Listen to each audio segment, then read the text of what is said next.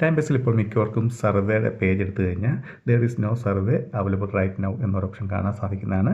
ഇപ്പോൾ നിങ്ങൾക്ക് സർവേ കിട്ടുന്നുണ്ടെങ്കിലും നിങ്ങൾക്ക് എപ്പോൾ വേണമെങ്കിലും ഇങ്ങനൊരു അവസ്ഥയിലേക്ക് വരാൻ സാധ്യതയുണ്ട്. അതുകൊണ്ട് അതിനെക്കുറിച്ചുള്ള ഡീറ്റെയിൽ ആയിട്ടുള്ള കാര്യമാണ് ഞാൻ പറയുന്നത്. ഇപ്പോൾ നിങ്ങൾ ടൈം ബേസിൻ്റെ സപ്പോർട്ട് സെക്ഷനുമായിട്ട് ചാറ്റ് ചെയ്ത് കഴിഞ്ഞാൽ അവർ പറയും നമ്മുടെ ഡിവൈസ് ഹാസ് ബീൻ ഫ്ലാഗ്ഡ് എന്ന് പറയും. അതെന്താണെന്ന് പറഞ്ഞു കഴിഞ്ഞാൽ ടൈം ബേസ് നമ്മുടെ ഡിവൈസ് ഫ്രോഡ് സ്കോർ അനലൈസ് ചെയ്യുന്നുണ്ട്.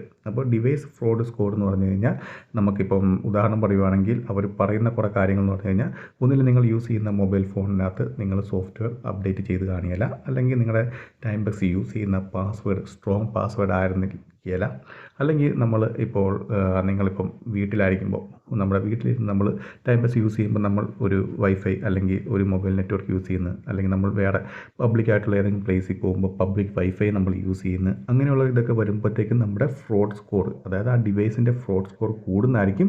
ഫ്രോഡ് സ്കോർ കൂടാൻ നേരത്ത് നമുക്ക് സർവീസ് തരത്തില്ല. ഇപ്പോൾ നിങ്ങൾ വേറെ ഇപ്പോൾ ടൈം ബേസ് അല്ലെങ്കിൽ വൈസെൻസ്, നിയോബക്സ് ഈ 3 സൈറ്റിൽ നിങ്ങൾ വർക്ക് ചെയ്യുന്നുണ്ടെങ്കിൽ നിങ്ങൾ നോക്കിക്കഴിഞ്ഞാൽ ഇങ്ങനത്തെ പ്രശ്നം ടൈം ബേസിന് മാത്രമേ കാണുകയുള്ളൂ. കാരണം time base fraud score analyse ചെയ്യുന്നുണ്ട്. അപ്പോൾ അത് നമുക്ക് ഒരു തവണ വന്നു കഴിഞ്ഞാൽ പിന്നെ അത് പെർമനൻ്റ് ആയിരിക്കും, അത് മാറത്തില്ല.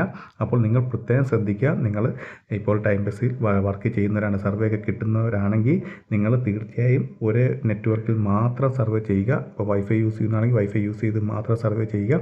അതുപോലെ തന്നെ നിങ്ങൾ പബ്ലിക്കുള്ള വൈഫൈ, പബ്ലിക്കായിട്ട് കിട്ടുന്ന വൈഫൈ ഒരിക്കലും യൂസ് ചെയ്യരുത്.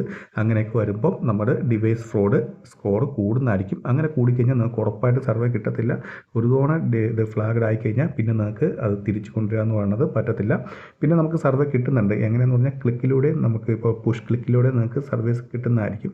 അപ്പോൾ നിങ്ങൾ അത് കിട്ടുമ്പോൾ, ആ സർവീസ് കിട്ടുമ്പോൾ നിങ്ങൾ മാക്സിമം നല്ലപോലെ ചെയ്യാൻ ശ്രമിക്കുക. വൈഫൈ ആണെങ്കിൽ വൈഫൈ യൂസ് ചെയ്ത്, അല്ലാതെ പബ്ലിക്കായിട്ടുള്ള വൈഫൈ ഒന്നും യൂസ് ചെയ്യാതെ നിങ്ങൾ ചെയ്യാൻ ശ്രമിക്കുകയാണെങ്കിൽ ചിലപ്പോൾ നിങ്ങളുടെ റിസ്ക് സ്കോർ കുറഞ്ഞ് നിങ്ങൾക്ക് ചിലപ്പോൾ സർവീസ് കിട്ടാനുള്ള ചാൻസ് ഉണ്ട്. അപ്പോൾ ഇത് വളരെയധികം ശ്രദ്ധിക്കുക. കാരണം നിങ്ങൾ യൂസ് ചെയ്യുന്ന നെറ്റ്വർക്ക് നിങ്ങൾ ഒരിക്കലും ചേഞ്ച് ചെയ്യരുത്. കാരണം അതാണ് മെയിൻ റീസൺ ആയിട്ട് എനിക്ക് തോന്നുന്നത്. പലർക്കും ഇത് ബ്ലോക്ക് ആണല്ലോ കാണുന്നത് പറഞ്ഞാൽ മെയിൻ റീസൺ അത് തന്നെയാണ്. പല പല നെറ്റ്വർക്ക് യൂസ് ചെയ്യുന്നുണ്ട്. അപ്പോൾ അത് നിങ്ങൾ ശ്രദ്ധിക്കുക. നിങ്ങൾ ലാപ്ടോപ്പിലാണെങ്കിലും മൊബൈലിലാണെങ്കിലും യൂസ് ചെയ്യുന്നുണ്ടെങ്കിൽ ഒരേ നെറ്റ്വർക്ക്, ഏത് നെറ്റ്വർക്കാണ് യൂസ് ചെയ്യുന്നത് അതേ നെറ്റ്വർക്ക് വെച്ച് മാത്രം നിങ്ങൾ യൂസ് ചെയ്യുക.